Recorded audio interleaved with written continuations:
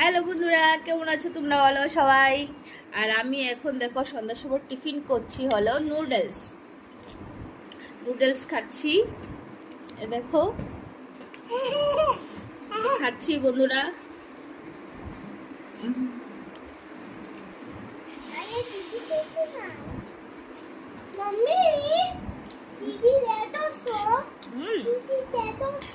সবাই মিলে খাচ্ছি বন্ধুরা আমরা।